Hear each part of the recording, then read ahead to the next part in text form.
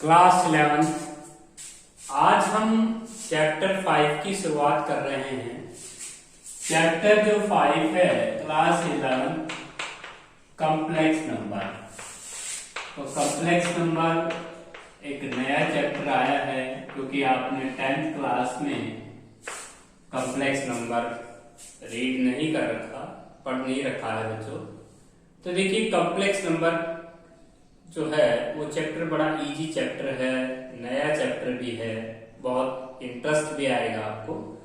तो देखिए complex number जो है हम किस नंबर को कहते हैं बच्चों। हम 10th क्लास के अंदर एक क्वाड्रेटिक इक्वेशंस को सॉल्व करते थे और जो हमारे पास ए बी सी कोफिशिएंट है एक्स स्क्वायर, बी का कोफिशिएंट है एक्स का कोफिशिएंट है बी और सी हमारा कांस्टेंट टर्म है। A b c belongs to real number. तो देखिए हमारे पास डिस्क्रीमेंट हम निकाला करते थे बी स्क्वायर माइनस का 4ac greater than equal to 0। तो हमारे पास जो रिक्वायर्ड आंसर आता था x की वो रियल वैल्यू आती थी। यदि हमारा discriminant greater than equal to 0 होता था तो हमारे पास जो x के सॉल्यूशन आते थे वो रियल्स आते थे। लेकिन बच्चों जब हम डिस्क्रीमेंट हमारा बी स्क्वायर माइनस का 4ac अगर लेस देन 0 हो जाता था तो आप कहते थे रूट्स आर इमेजिनरी, कि वे रूट्स इमेजिनरी हैं। बच्चों आप कोई क्वाड्रेटिक इक्वेशन दी जाए x square plus 1 equal to 0 तो x square equal to minus 1 हो जाएगा। अब आपके पास कोई ऐसा कोई रियल नंबर नहीं है आपके पास जिसका स्क्वायर माइनस 1 हो जाए। तो ऐसे नंबरों की रिसर्च हुई थी, ऐसे नंबर हमें खोजने होते हैं जिनका स्क्वायर माइनस 1 होता है। तो उसके लिए हमें कॉम्प्लेक्स नंबर की नीड आवश्यकता अनुभव हुई थी। तो कॉम्प्लेक्स नंबर की आवश्यकता कब अनुभव हुई? जिसके रूट्स जिसका डिस्क्रीमेंट लेस देन 0 होता है उसके रूट्स इमेजिनरी हो जाते हैं और वो इमेजिनरी रूट्स को ही कॉम्प्लेक्स नंबर कहा गया है। तो कॉम्प्लेक्स नंबर जो होता है बच्चों उसके अंदर हमें ऐसे ही क्वाड्रेटिक इक्वेशंस के सॉल्यूशन को तैयार करना होता है जिसमें हमारे रूट्स लेस देन 0 हो जाते हैं, जिसमें हमारा डिस्क्रीमेंट लेस देन 0 हो जाता है। तो तब हमें कॉम्प्लेक्स नंबर की आवश्यकता अनुभव हुई थी। अभी हमारे पास कॉम्प्लेक्स नंबर जो है उसमें हम एक आयटा वर्ड पढ़ेंगे। आयटा ऐसे कॉम्प्लेक्स नंबर की डेफिनेशन देख लेते हैं पहले। कॉम्प्लेक्स नंबर कौन से होते हैं? तो बच्चों complex number are those number, complex number are those number, complex number are those number which can be written as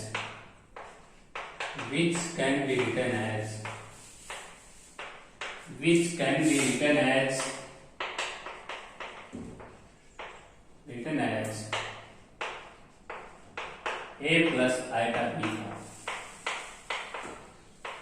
ऐसे जो नंबर जिनको आप a प्लस आइटा b की फॉर्म में लिख सकते हैं वो मैथमेटिक्स में कॉम्प्लेक्स नंबर कहलाते हैं। तो ए जो है वो रियल पार्ट है, ए है वो रियल पार्ट बोलते हैं और आयटा के साथ जो पार्ट है बी इसको हम इमेजिनरी पार्ट बोलते हैं। तो कॉम्प्लेक्स नंबर की डेफिनेशन मैं आपसे रिपीट करवा रहा हूं। Complex number are those number which can be written as a plus iota b form where a is the part of real part called b is called imaginary part। every real number can be written in this form। प्रत्येक real number complex होता है, note कीजिए। every real number note है, every real number is also complex number. Complex number को हम सी से denote करते हैं, कैपिटल सी से। ध्यान रखिएगा कि दुनिया का जो प्रत्येक रियल होता है वो कॉम्प्लेक्स नंबर होता है।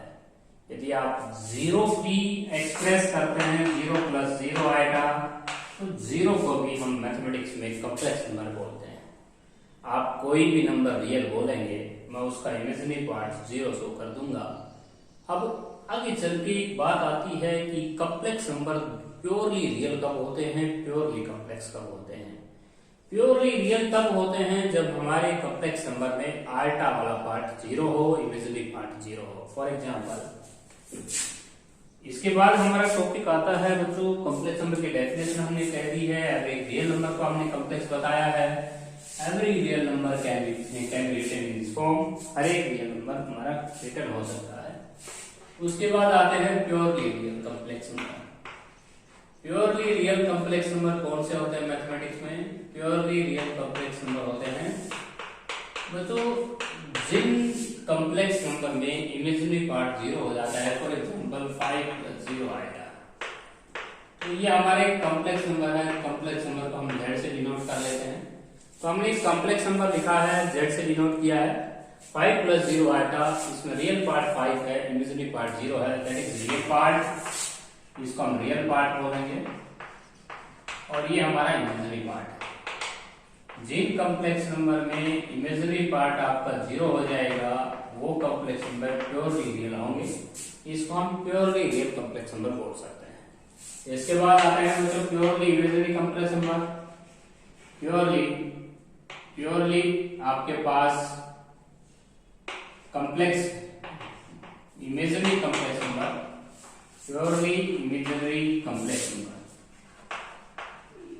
प्योरली कॉम्प्लेक्स नंबर में रियल पार्ट आपका 0 हो जाएगा। फॉर एग्जांपल z आप लिख सकते हैं 0 + 5 आएगा। ये आपके पास एक ऐसा number purely imaginary complex number लिखा गया। 0 इज कॉल्ड रियल पार्ट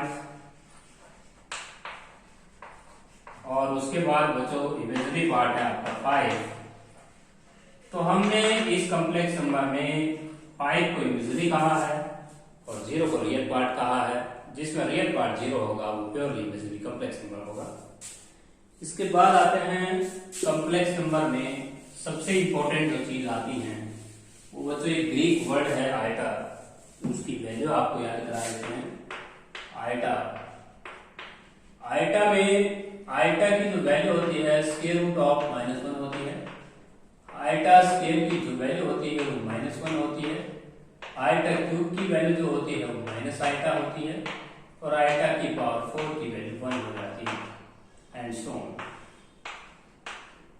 अब ध्यान रखिएगा बच्चों कि आगे अगर आयटा की पावर 5 को आप कंप्यूट करना चाहते हैं तो पावर को आप 4 से डिविजिबल दीजिएगा और जो रिमाइंडर होगा उसे आप पावर में लिखेंगे। जैसे फॉर एग्जांपल आयटा की पावर अगर 17 का वैल्यू निकालनी है तो आपने 17 को 4 से डिवाइड करके रिमाइंडर लिखना है और रिमाइंडर आपको पावर में लगा देना है। 17 को जब हम 4 से डिवाइड करेंगे तो 4 4 जा 16 और 16 1 रिमाइंडर हो गया तो 1 रिमाइंडर आपने पावर में लगा देना है। यदि आप आयटा की पावर 39 करना चाहते हैं तो इसको 4 से डिवाइड कर दीजिए। 4 9 जा 36 और 39 का डिफरेंस 3 हो जाएगा तो आपने आयटा 3 की वैल्यू लिख देना है। यदि आपके पास आयटा की पावर आपको चाहिए 79 की तो आप इसको 4 से डिवाइड कर देंगे। 4 से डिवाइड करेंगे 9 4 19 4 जा 76 3 रिमाइंडर हो जाएगा। आपको रिमाइंडर लगाना है। तो आगे की जो वैल्यू है वो आप बिल्कुल सिंपल है। यदि आप पावर को 4 से डिवाइड कर देंगे और रिमाइंडर लिखेंगे तो आप आयटा की इन्हीं पावर में से देखेंगे। आयटा की value square root of -1, iota square आपका -1, आयटा क्यूब आपका माइनस आयटा की पावर 4 आपका 1। तो हमारी जो फर्स्ट एक्सरसाइज है बच्चों वो हमें इन 4 वैल्यूज के ऊपर एक्सरसाइज है। हमारी बड़ी सिंपल एक्सरसाइज है। तो आप एक्सरसाइज का पहला क्वेश्चन देखेंगे। पहला जो हमारा क्वेश्चन है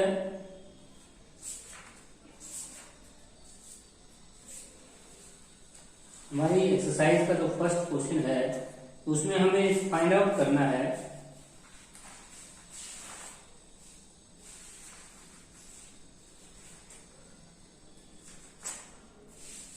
स्क्वायर रूट ऑफ 9 तो हमारे पास कॉम्प्लेक्स नंबर की जो फर्स्ट एक्सरसाइज है उसका पहला क्वेश्चन है बच्चों square root of -9 multiply square root of minus का 121 वैल्यू आपको फाइंड आउट करनी है। तो बड़ा इजी क्वेश्चन है बच्चों। 9 से एक रियल पार्ट रहा है 9 माइनस का 1 मल्टीप्लाई 9 इसको हम लिख सकते हैं। इसको हम माइनस का 1 इंटू में माइनस का 121 लिख सकते हैं। इसको हम सेपरेटली डिवाइड करें तो हम रूट -1 मल्टीप्लाई 9 का रूट लिख सकते हैं। इसको हम स्क्वायर रूट अलग अलग लगाए तो रूट -1 मल्टीप्लाई 121 लिख सकते हैं। और 9 का रूट तो 3 हो जाएगा, इसको हम आयटा करके आए थे अभी, ये आयटा और ये भी आयटा ही हो जाएगा और ये 11 हो जाएगा, इसका रूट तो ये आ जाएगा 33 आयटा स्क्वायर। और आयटा स्क्वायर की जो वैल्यू है तो वो अभी आपको बताई थी -1 होने के कारण, तो आपका आंसर माइनस का 33 आ जाएगा। तो बड़ा इजी क्वेश्चन है, इसको रिपीट कर देता हूँ। सबसे पहले हमारे पास एक्सरसाइज है 5.1। 5.1 का जो फर्स्ट क्वेश्चन है square root of -9 multiply square root of -121। Square root of -9 को हम लिख सकते हैं 9 मल्टीप्लाई -1। स्क्वायर रूट ऑफ 121 को हम लिख सकते हैं 121 -1 -1। स्क्वायर रूट की प्रॉपर्टी होती है बच्चों, अलग अलग हम स्क्वायर रूट लगा सकते हैं। Square root of -1 can be written as iota and square root of 9 is real number and that is the square root of 9. Square root of 9 is 3 and -1 the square root of the iota and 121 square root have 11. 11 3 is 33 and 33 की multiply eta के साथ eta square की value -1 रख देंगे। इसके बाद next हमारा question आता है 5th क्वेश्चन का second part, square root of minus का 25, square root of -25 multiply square root of -49. Now we can written as 25 written -1 multiply 25 and square root of 49 can be written as -1 multiply 49. Square root of -1 multiply square root of 25. Now square root of -1 multiply square root of 49. Now square root of -1 is called iota and 25 square root have 5. Square root of -1 is iota and square root of 49 is 7. ये हो जाएगा 35 eta square. Eta square की value -1 पड़ गया है तो -35। तो हमें 4 वैल्यू चाहिए बच्चों। आयटा स्क्वायर की वैल्यू हमें याद करनी है, आयटा क्यूब की वैल्यू हमें याद करनी है, आयटा की 4 की वैल्यू हमें याद करनी है। वेरी सिंपल, ये क्वेश्चन बहुत ही आसान है। इसके बाद हम करेंगे 5th क्वेश्चन का थर्ड पार्ट। 5th क्वेश्चन का हमारा थर्ड पार्ट है स्क्वायर रूट ऑफ -16 सॉरी, उसके बाद 3 times of square root of -25, उसके बाद लास्ट हमारी टर्म है square root of -36, square root of -36, उसके बाद प्लस स्क्वायर रूट माइनस का है 3 times of square root of -16। तो बिल्कुल सिंपल है, हम थोड़ा सा एडवांस काम करेंगे अपनी बात। देखिए 16 का जो रूट हो जाएगा 4 हो जाएगा, लेकिन स्क्वायर रूट ऑफ -1 आयटा हो जाएगा तो डायरेक्ट लिख सकते हैं 3 × 5 आयटा, हम इसको लिख सकते हैं। ये हमारा 6 आयटा हो जाएगा और ये माइनस का 3 × 4 आयटा हो जाएगा। तो बच्चों हमने थोड़ा सा डायरेक्ट स्टेप किए हैं आपकी बात हमने। अब ये हो जाएगा 4 आयटा और 3 की 5 के साथ मल्टीप्लाई करें तो 15 आयटा और ये 6 आयटा और ये हो जाएगा 12 आयटा। अब ये हो जाएगा 15 और 4 39 सॉरी 19 96 25 में से 12 13 आएगा। That is our required answer. Very simple. तो बच्चों फर्स्ट क्वेश्चन आप कंप्लीट करेंगे। अब आते हैं सेकंड क्वेश्चन के ऊपर। 5.1 का जो सेकंड क्वेश्चन है वो भी इजी है। आयटा रेज़ टू पावर 243 हमें कंप्यूट करना है। तो हम इसको 4 से पहले आयटा की पावर 4 डालेंगे, 4 से डिवाइड करेंगे तो 4 से जब डिवाइड करेंगे तो 60 पे जाएगा तो ये 240 हो गई और आयटा की पावर 3। अब देख सकते हैं बच्चों यहाँ पे मैंने मल्टीप्लाई में आयटा की पावर 3 डाल दिया है और यहाँ पे 240 डाल दिया है, क्योंकि 4 से जब हम डिवाइड करेंगे तो 60 पे जाता है और 4 की 60 से मल्टीप्लाई होती है 240 और प्लस 3 आयटा की 4 की वैल्यू 1 होने के कारण 1 को 60 बार मल्टीप्लाई करेंगे तो 1 ही रहेगा। आयटा क्यूब की वैल्यू हम लिखेंगे माइनस आयटा। Very simple. इसके बाद आते हैं दोस्तों आयटा की पावर -79। आयटा की पावर -79 को हम कैसे लिखेंगे? आयटा की पावर -79 पहले हम इस पावर को नीचे लेके आएंगे, 1 आयटा की पावर 79 लिखेंगे।